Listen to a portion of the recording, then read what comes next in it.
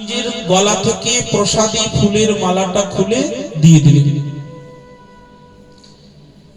ইন্দ্র ভাবলেন এই মুনি আমাকে উপহার দেবে বলে দাঁড় করালো, আর এই উপহার দিল, এই সামান্য একটা ফুলের মালা। ফুলের মালার দাম কত? এখনকার বাজারে 5 টাকা 10 টাকা। এই সামান্য, আমি একজন রাজা ইন্দ্র, ফুলের মালার দাম কখনো মূল্য দিয়ে বিচার হয় না, মনে রাখবেন। এই যে মালা, এই মালা হলো সম্মানের প্রতীক। বৈষ্ণবকে, সাধুকে দেখবেন বহুমূল্য মণিমুক্তা হীরা দিয়ে বরণ করা হয় না। সাধু গুরু বৈষ্ণবকে বহুমূল্য হীরা মণিমুক্তা দিয়ে বরণ করা হয় না।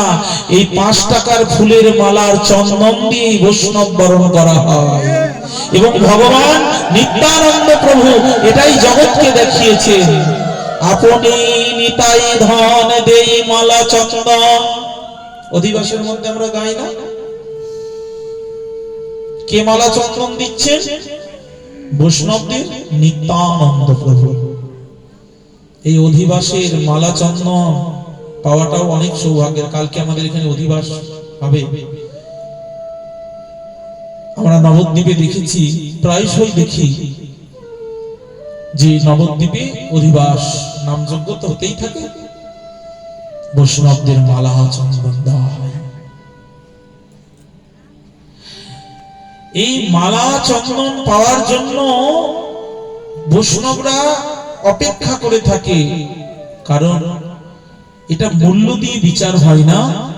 এই মালাটা ভগবানের প্রসাদী মালা, আর স্বয়ং নিত্যানন্দ প্রভু বৈষ্ণবকে মালা দিয়ে চন্দন দিয়ে সম্ভাষণ করেছিলেন এবং বৈষ্ণবদের আপ্যায়ন করেছিলেন, সম্মান জানিয়েছিলেন। মালা চন্দন দেওয়া হলো, বৈষ্ণবরা কৃতকৃতার্থ হন। ভক্তরাও চান মালা পাই বা না পাই, একটু চন্দনের ফোঁটা তো দেবে আমাদের। ওই চন্দনটাই পেলে মনে রাখতে হবে স্বয়ং নিত্যানন্দ প্রভু দিয়েছিল। সেই অনুভব করতে হবে যে আমাকেও যেন ভক্ত এসে চন্দন পরাচ্ছে, নিত্যানন্দ প্রভু ভক্ত রূপে এসে আমার কপাল স্পর্শ করে আমার অনিষ্ট দূর করে আমার সৌভাগ্য বর্ধন করছে। স্বয়ং ভক্ত রূপে আমার নিত্যানন্দ এসেছে আমার সামনে। অধমপতিত ধীরের দ্বারে দ্বারে গিয়া হরিনাম মহামন্ত্র দিচ্ছেন বিলাইয়া। অধমপতিত জীবের কাছে কে আর আসবে? পতিত, আমি তো পতিত, তাই তো নিতাই ভক্ত রূপে এসেছে। এইগুলি অনুভব করতে হবে। হ্যাঁ, ইন্দ্রের অনুভব হলো না। ভগবানের প্রসাদী মালার কি মহিমা, ইন্দ্রের অনুভব হলো না। ইন্দ্র ওই মালাটা নিয়ে কোনো সম্মান প্রদর্শন না করে মালাটা হাতির গলায় পরিয়ে দিল। হাতি তো গলা থেকে খুলে সুরে নিল, আর সুরে নিয়ে পা দিয়ে পিষ্ট করে দিল, পদপিষ্ট করে দিল।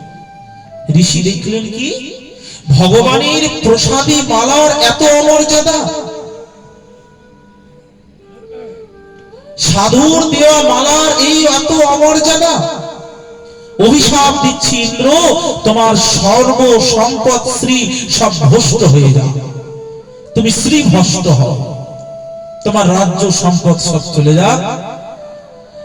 একে একে ইন্দ্রের মুনির অভিশাপে সব সর্ব ঐশ্বর্য সম্পদ ভ্রষ্ট হয়ে গেল। তখন দেবতারা সবাই, ইন্দ্রের যদি সবকিছু ভ্রষ্ট হয়ে যায়, দেবতাদের অধিপতি ইন্দ্র, তাহলে দেবতারা দুর্বল হয়ে গেলে অসুররা যুদ্ধ ঘোষণা করলে এরা যুদ্ধে বারবার পরাজিত হয়ে যায়। ভগবানের শরণাপন্ন হলে ভগবান তাদের বলল যে তোমরা এখন যুদ্ধ করো না, তোমরা অসুরদের সঙ্গে সন্ধি স্থাপন করো। বলে ওরা আমার বন্ধু নয়, ওদের সঙ্গে সন্ধি করে আর ওদের সঙ্গে বন্ধুত্ব ভাব করো। ভগবান বলছে যাও তোমরা দেবতারা অসুরদের গিয়ে বলো, ভাই আমরা তো দুজনে ভাই ভাই, কারণ দেখ বাবা একটাই মা দুটো, দিতি আর অদিতি। দিতির যারা পুত্র তারা হলো দৈত্য, আর অদিতির পুত্ররা হলো আদিত্য। আদিত্য মানে দেবতা। তো তাহলে মা হলো আমাদের দুটো, কিন্তু বাবা তো একটাই, আমরা ভাই। তা ভাইয়ে ভাইয়ে ঝগড়া করব, তা ভাইয়ে ভাইয়ে যদি ঝগড়া করি আর ভাইয়ে ভাইয়ে মরে যায়, তা কি এতে লাভ আছে? শুন ভাই, এই সাগরকে আমরা মন্থন করব, সাগরের মধ্যে অমৃত আছে, আর আমরা দু ভাইয়ে মিলে, আমরা ভাইয়েরা মিলে, দুই গোষ্ঠী মিলে আমরা সাগর মন্থন করে যে অমৃত পাবো, অমৃত তোরাও খাবি আমরাও খাবো, আর অমৃত খেয়ে নিলে অমর হয়ে যাব, আর অমর হয়ে গেলে আমরা যতই মারামারি করি দুজনেই মরব। হ্যাঁ, আমরা মরব। দেবতারা, ভগবান বিষ্ণু বুদ্ধি দিলে এমন করে, দেবতারাকে বললে তোমরা গিয়ে এইভাবেই বলো। দেবতারা বলছেন যে এটা কেমন হলো ব্যাপারটা, যারা আমাদের শত্রু তাদের সঙ্গে এখন বন্ধুত্ব করব? তখন ভগবান বলছে বিপদের সময় শত্রুর সঙ্গেও বন্ধুত্ব করতে হয়, যথা ওহি নকুল যাবৎ। ওহি আর নকুলের কথা মনে আছে? মানে সাপ আর মুশিকের কথা। বলে এক সাপরিয়া সাপের খেলা দেখায়, আর সাপের খেলা দেখিয়ে, সাপকে নিয়ে খেলা দেখিয়ে পয়সা ইনকাম করে, আর সাপকে এনে আর ওই যা পয়সা পাতি ভালো যখন ইনকাম হয়ে যায় ওগুলো পয়সা নিয়ে ভালো মন্দ খায়, আনন্দ করে, আর ওই সাপকে ভরে রাখে পিঞ্জিরার মধ্যে। সাপ তো শুকিয়ে মরে, আর এদিকে সাপরিয়া ভালো মন্দ খায়, আনন্দ করে। যখন পয়সা ফুরিয়ে যায় সাপটাকে একটু খাইয়ে টাইয়ে নিয়ে আবার খেলা দেখাতে গ্রামে চলে যায়। তো সাপটা ওই যে পিঞ্জিরার মধ্যে ভরা আছে, আর এদিকে তো সাপরিয়া ইনকাম ভালো হয়েছে, ভালো মন্দ খাচ্ছে, আনন্দ করছে, সাপের খবর আর রাখে না। সাপ 3 মাস হয়ে গেল কিচ্ছু খায়নি, শুকিয়ে শুকিয়ে একেবারে মরার মতো অবস্থা। তো যে ঘরে ওই সাপকে পিঞ্জিরার মধ্যে ভরে রেখেছে, ওই ঘরে দেখছে সাপ একটা ইঁদুর এসে কুটকুট কুটকুট করে ধান চাল কাটছে, যা ইঁদুরের স্বভাব। তখন ইঁদুরটাকে সাপ দেখে বলছে, ও মিত্র ভাই, ও মিত্র ভাই। সঙ্গে সঙ্গে ইঁদুরটা দেখছে, আরে আমাকে কে মিত্র বলে ডাকছে। দেখছি সামনে পিঞ্জিরার মধ্যে সাপ। সাপকে তখন ইঁদুর বলছে, আমি কবে থেকে তোমার আবার মিত্র হলাম? তুমি তো আমার চিরশত্রু, জন্মের শত্রু, আবার আমাকে বলছো মিত্র ভাই, মিত্র ভাই। আমি কবে থেকে তোমার মিত্র হলাম আগে বলো তো? বলছে ভাই, তোমার ভিতরে এখনো হিংসা রয়ে গেছে। হিংসা থাকাটাই স্বাভাবিক, কারণ তুমি তো আর গঙ্গা যমুনা সরস্বতীতে এলাহাবাদে যাওনি, বদ্রীনারায়ণে যাওনি।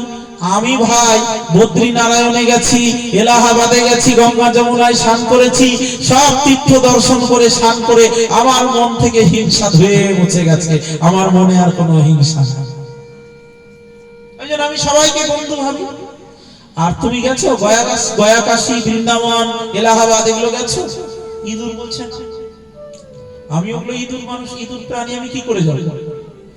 বলে ওই জন্যই তোমার মধ্যে হিংসা।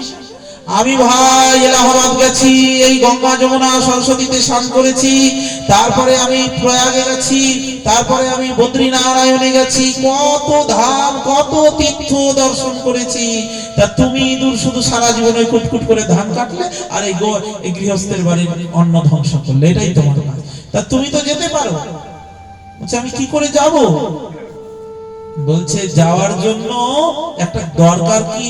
বলে ভাই তুমি তো আর এরকম করে যেতে পারবে না। সত্যি শোনো, তোমাকে আমি নিয়ে যাব, আমি তোমাকে নিয়ে যাব, কথা দিচ্ছি।